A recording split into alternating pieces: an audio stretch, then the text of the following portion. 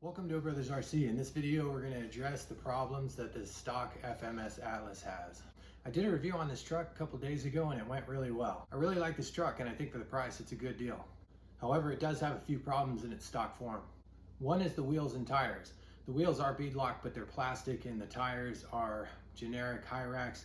They're pretty stiff and I really don't like the way they look on the truck. So by adding aftermarket wheels, I think I can improve the capability with the weight of the new wheels and also improve the look of the truck with some different tires. The battery box is another issue. It actually will not accept a regular 2S brick pack, and the only battery that you can really fit in there is a 6-cell nickel metal hydride. The next problem it has is the shocks.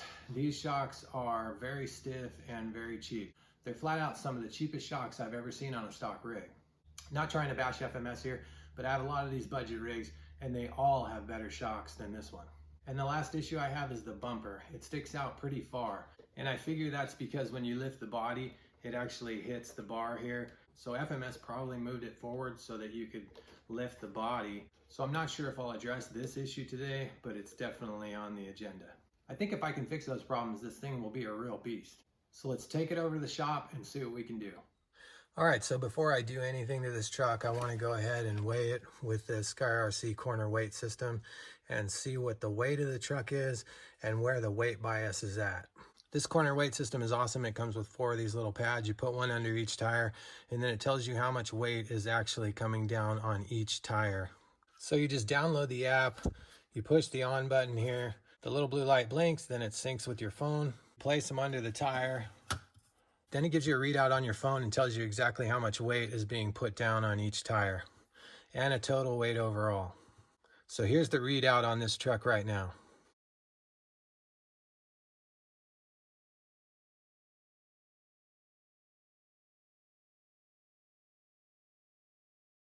Now that we got the weight readout on this truck, we'll go ahead and check it again once I'm done doing the upgrades. And then maybe we'll try to even out the weight by adding some of these steel adhesive wheel weights. These wheel weights work really good on these bigger crawlers. They're kind of hard to find places to stick on smaller crawlers, but on the bigger crawlers, you can stick them to the chassis or under the body. You can put them all kind of different spots to even the weight out. Okay, so the first issue I want to address with this truck is the shocks. Let's go ahead and pull one off and take a look at it. So as you can see, these are a pretty cheap looking shock. The retainer cups on the bottom are fixed. The springs are incredibly stiff. I really have to push down very hard to compress this shock. And on the back end here, there's no weight, so there's no way this shock's ever gonna get compressed all the way. I initially did the review on this truck. I did not think that these were oil filled, but they actually are. They just don't feel like it because the spring is so stiff that there's absolutely no need to put oil in this thing, because there's no way that you're ever going to slow down the rebound on it. They're also only about 60 millimeters, and this is compared to an SCX-10 shock here. These are the stock SCX-10 shocks that I pulled off of my SCX-10 and replaced with Proline shocks, but this is actually a very good shock. You can see the rebound is nice and slow. This is a great shock from stock. This is just an absolute abomination. So I want to put this shock on the truck. Problem is if I use the stock mounting holes, I'm going to end up jacking this truck way up in the air. It's actually going to shorten the wheelbase as well and stretch the driveline out. It could create other problems, so we definitely don't want to do that. But then I was thinking that maybe I could reverse spring this shock by slipping the spring over the cup and cutting it, and gluing it in place. But then I can't adjust the shock, and I'm not sure that I want to do that. So what I'm going to do is I'm going to make a bracket here that looks like this one, and I'm going to mount the top of the shock somewhere up here. That's going to allow it to ride at the stock height, but it's going to have way more travel. So I could use metal for that, but I have this 1/8 inch plastic here. It might even be about 3/16, and it's very thick and very hard. And I'm going to go ahead and cut the bracket out of this. Just mark the plastic here at about how wide I want the bracket. Then I can put it up in there and mark the bottom of the bracket here that rides up at an angle. Now that I got the bracket marked, I can just take my body scissors and cut it out. I'll just give it a little test fit here. Looks good. So I like that. Now I just want to mark where that hole in the chassis is. I'll take my drill and knock a hole through there. All right, that looks good and it's secured in place. Now I've marked where I want the top of the shock to be. And there we go. We got it installed. It's gonna ride at about the same height as it was at stock, and it's a far better shock with a lot more travel. Okay, let's see what we can do for the front. So same deal here. These front shocks, they have a little bit lighter spring, so they're not as hard to push down, but same problem. Now the top of the shock was mounted here in this hole. Once again, I need to mount the top of this shock up much higher. And what I want to do is I want to use this screw as well to mount this piece. And so I'll mark this about here. And I want it to look something like that. Okay, now that I got a bracket made, I'm just gonna take this screw out here and bolt it on. You can buy shock mounting brackets like this on Amazon, and I'll go ahead and put some in the listing in case you don't want to make your own. But I don't think they're going to be a direct fit. You're probably going to have to tinker with them a little bit to get them to work. However, it might be easier than making one of these, but I don't know. That was pretty easy. It literally took me about 10 minutes to make each one of these brackets. So look at that, killer travel, ready to go. Now let's talk wheels and tires. The wheels and tires that come on here, the wheels are plastic. They're super light, so they're not adding any weight down below. And I want to replace them with some metal wheels. That's going to add a lot of weight down below.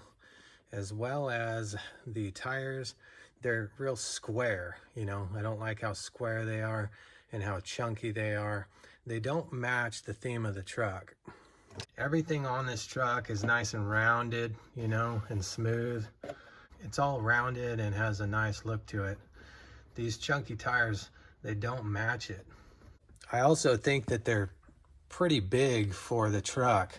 You know, they just don't look right to me, and I want to change those out as well. So I got these here. They're just a hair smaller and they're a little thinner, and they've got a good tread on them that looks, you know, scale. So I'm going to throw these on. The only question I was having was whether or not I was going to go with the chrome wheel or the black wheel with the chrome on it. I think once again, because of how the truck looks, it's got a little bit of chrome, but it's mostly black. So I'm going to go with these. I went ahead and wrapped the inner ring of the bead lock with this Romex copper wire. This adds quite a bit of weight.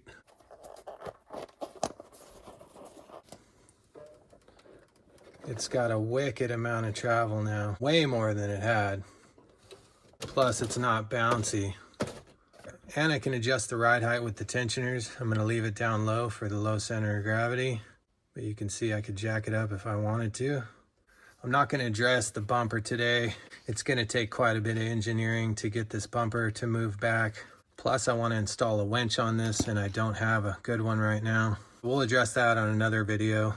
The one last thing that I did want to show you is how to add some detail for zero cost. You see here that I've done some black outline in between the body panels. Also, I've added black detail under the vents. You just get yourself an ultra fine point Sharpie and you put it right in there, and it works really well for this. You don't have to paint, you don't have to tape anything off, and boom, you got yourself body lines like you would on a real truck. Some people might not like it. I think it looks great. I'm gonna clean this body off and do the rest of it, and then we're gonna take it out to Cross Creek, my crawler course, and give it a run and see exactly how well it performs now with these new shocks. So here we are at the start of my crawler course, and I'm gonna go ahead and run it up on these rocks right here. Here's a clip of how it behaves stocked. Okay, so right there you can see how the rear shocks don't want to travel because the springs are pretty darn stiff.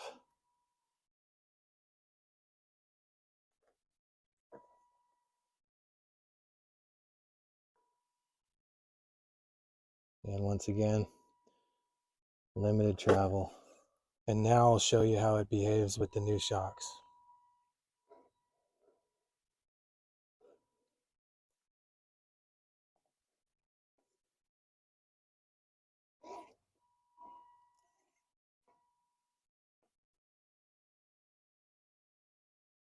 you can see that the wheels didn't come off the ground like they did in the clip.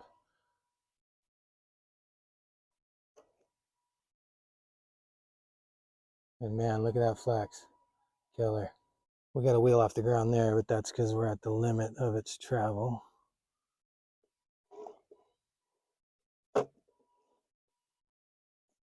So right off the bat, we can see that it's definitely working much better.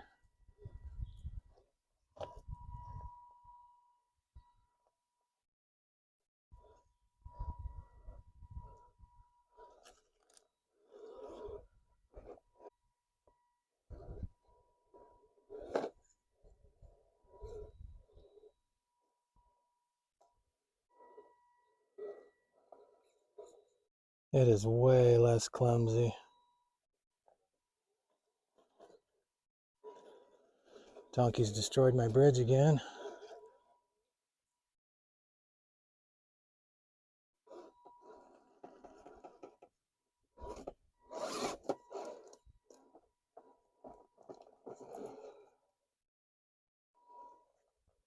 Wow. Look at that flex. That's nice.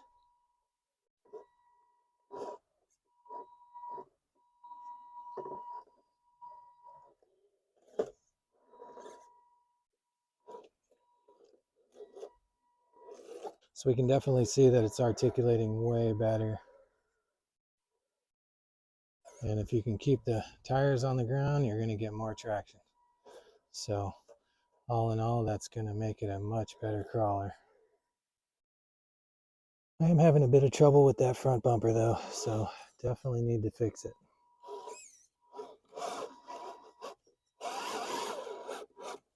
There we go.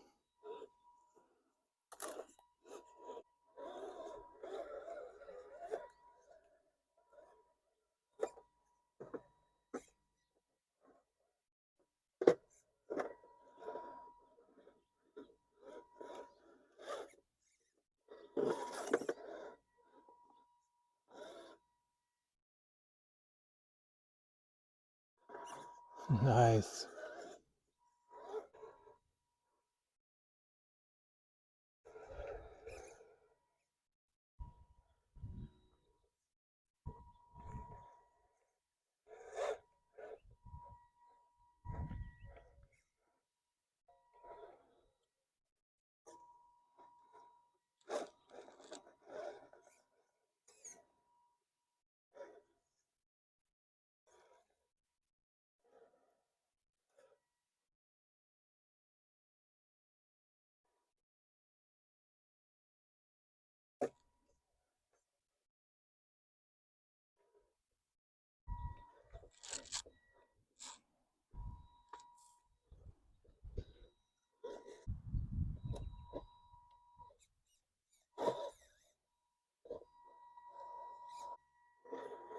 Man, this front bumper is a pesky little bugger. You can see here we're getting hung up again.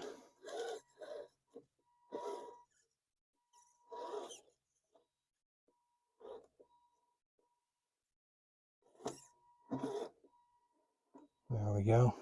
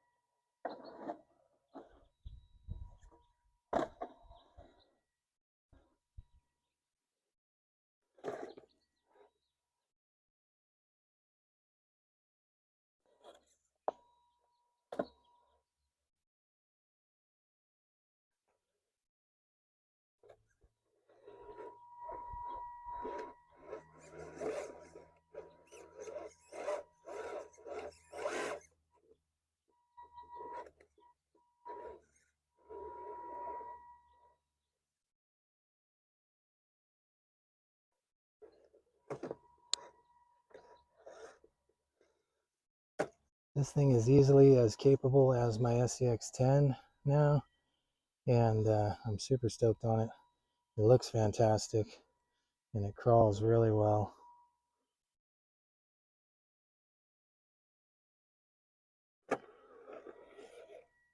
So I think we've seen enough to say that this thing is a much more capable crawler now.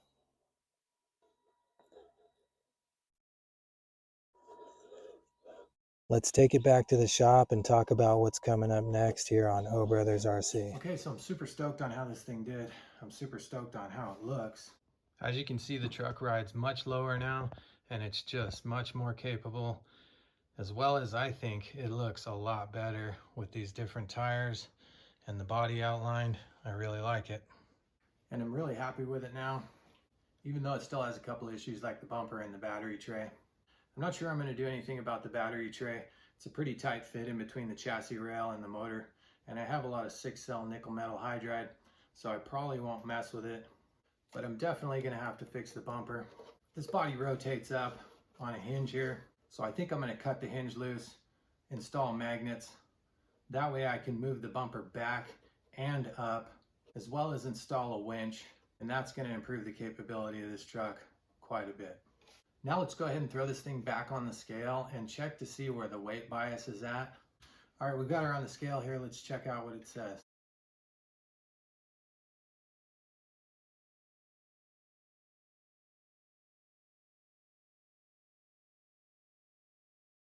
So as you can see there, it's almost even from side to side, just a couple grams different. There is a big difference in the front to rear weight ratio.